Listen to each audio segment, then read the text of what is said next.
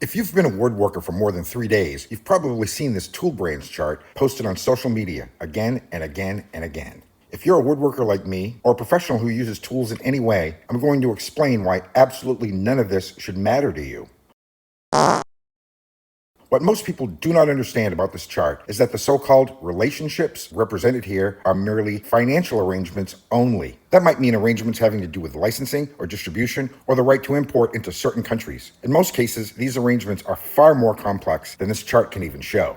I'll tell you what it doesn't mean, though. It does not mean that these tools are made by the same company at all. In most cases, these companies do not share intellectual property, R&D, engineering staff, manufacturing facilities, or anything else. They don't even collaborate on the setting of prices or the mix of products they do or don't offer. And it definitely doesn't mean that one brand's tools are as good as another because they reside under the same financial umbrella. I often hear people saying, hey look, Ryobi and Milwaukee are made by the same company. That means my Ryobi tools are just as good as Milwaukee, which is, of course, objectively wrong and totally stupid.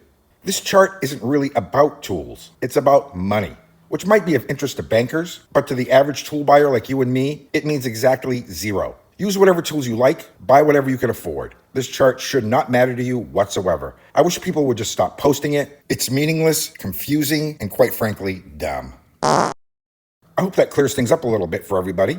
I'm Lee from Busted Knuckle Woodworks. See you in the next one.